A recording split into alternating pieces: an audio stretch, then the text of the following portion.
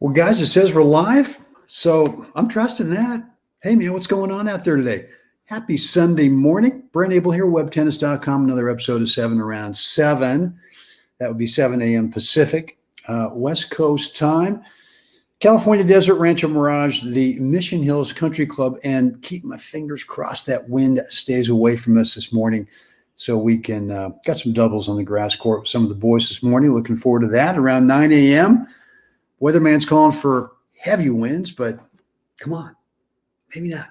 But if they happen to be there, then we'll just go. We'll just handle it. We'll deal with it, right? No big deal.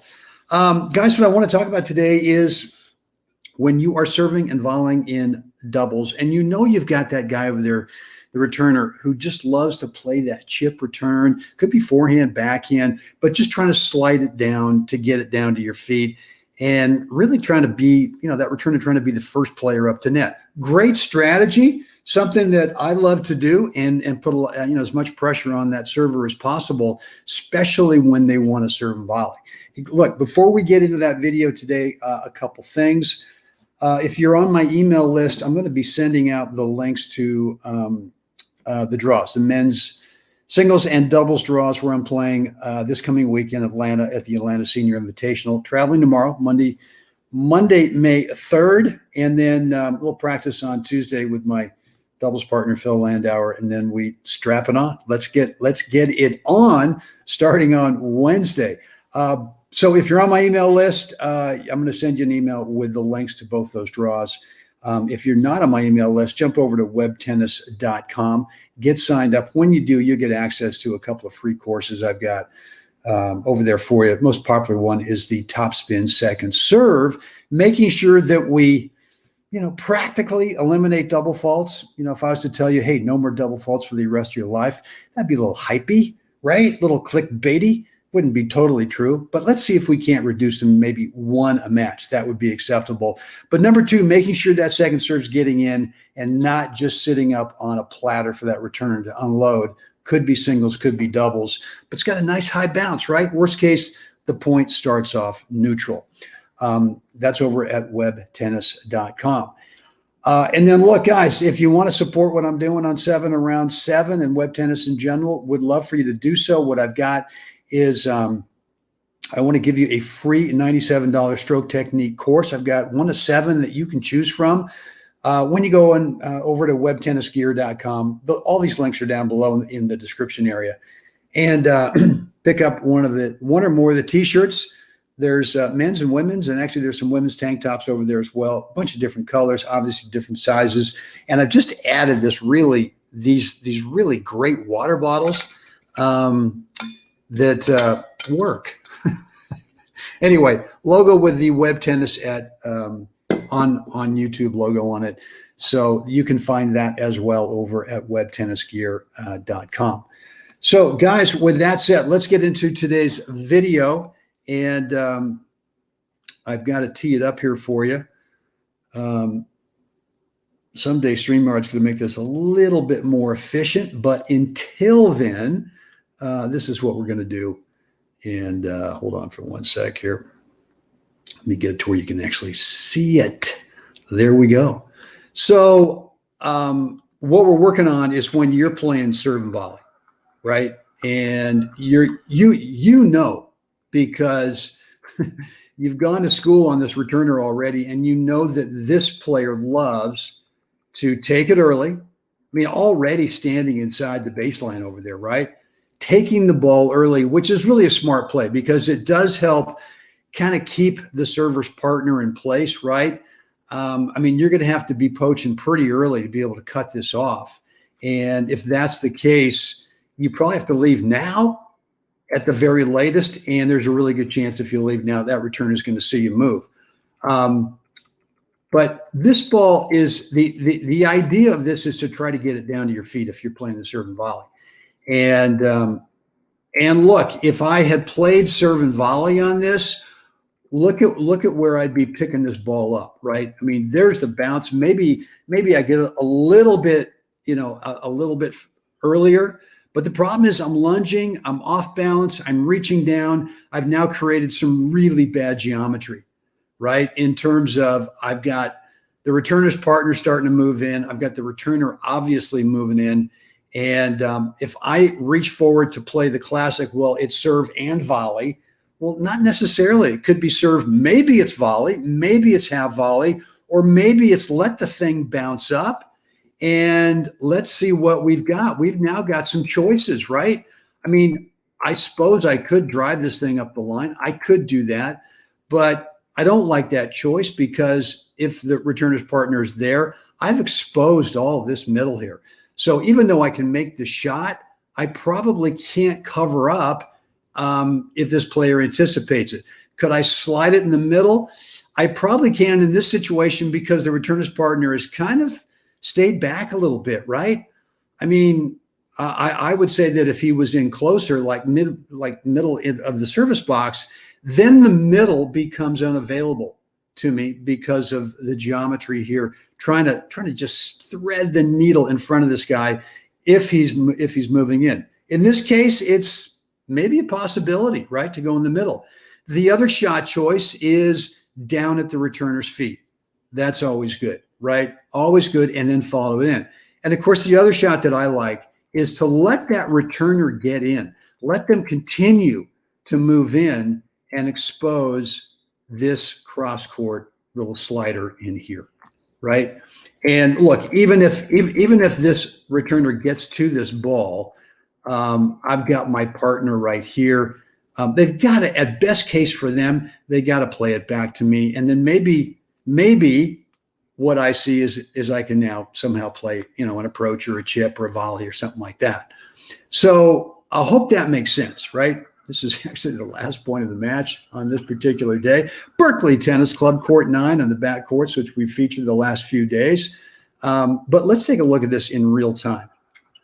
And again, I've been watching George. I've been dealing with the chip in charge all day. Here it is. Let's let it get up and then just slide it over there. And if you hit a winner, great. I mean, that's not the intention. The intention, obviously, is to be thinking a two-shot play. And the two-shot play here is, all right, I want him to come in. I want him to get in closer because maybe if it's really close, then the lob becomes a possibility over here. But I also think George in this case is thinking, I better look in the middle a little bit because my partner has not moved up into the middle of their service box, which means that the middle of the court becomes a lot more wide open. And, maybe George is thinking that that he's got to cover that. And that really opens up this cross-court chip. And look, the cross-court chip, guys, like we've been saying, is you got to get around the corner. You've got to make contact. Can't see it, obviously, but you got to get around that outside of the ball so that you don't slide across the back of it. You got to contain it, and there you have it. I don't think we played it all the way. So let's do it. Here we go. Maybe we did. I like to, when I know the guy's coming in, I like to play more of a, gotta keep finding stuff here. I like to play more of not a flat serve at the guy because that takes time away from me. Or a hard flat first serve. I know the guy wants to chip and charge. But I'm thinking more, how can I buy myself a little time? Well, for me, that's more of a spin. Let's get it up. And it doesn't necessarily help all that much with a returner like this who loves to play it early, but it's just something to think about. Okay, here we go. Real time, I promise. No more interrupting.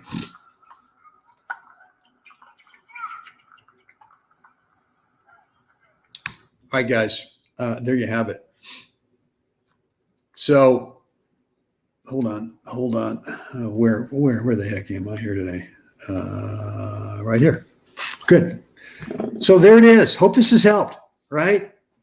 How to serve a volley against that returner doubles who loves to chip and charge. And even if it's not a chip and charge, it could be a flat bump and they get in. But they're really trying to be the first player up to net in terms of, either you, the server, or that returner. And look, I don't mind if I'm not the first player up to net. Obviously, if I've got a server, got a returner who's staying back, well, if you're serving volley, of course you're going to be that first player up to net. But against that guy that loves to chip and charge or loves to bunt early and get in, if they get the return up high, then yeah, I'll play a serve and volley.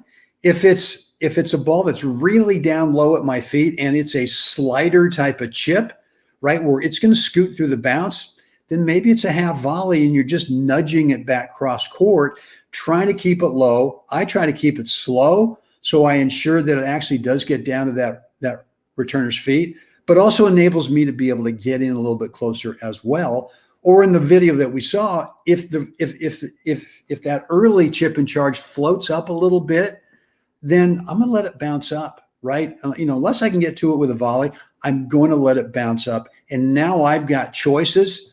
Obviously, you got to choose one, not have the laundry list of choices, and the last second go, oh yeah, I'll try this one, number 4. Well, you're not set up for number 4, right? So whatever's the first initial instinct, for me, that's what I go with. Occasionally, I will see out of my peripheral one of those players do something over there, and that might change my shot choice, but it's rare. It is rare. And just for me, then it's all about what can I do to control. I don't have to bang it, don't have to crush it, don't have to grip and rip in the middle. Just way too risky, right? I mean, first of all, the slow slider into that alley allows me to get a little bit better court position, puts the ball directly in front of my partner. I mean, that's what we've been talking about forever with doubles, right? Play for your partner. Create shots, hit shots that set up your partner, especially when they're in front of you, right? When they're already up at net. So if you're serving, your partner's up at net. When you're returning, your partner's up at net. My serve, I always think about my serve as what can I do with this serve to enable my partner? What can I do with my second shot on my serve and volley, the transitional shot? What can I do to set up my partner, right? Now, look, doesn't mean that my partner is going to be able to get balls that they can always do something with. But if they know that I'm trying to set them up, what are they doing? They're occasionally poaching. Not all the time, but occasionally. But a lot of the time, they're showing some movement. They're showing a fake poach, right?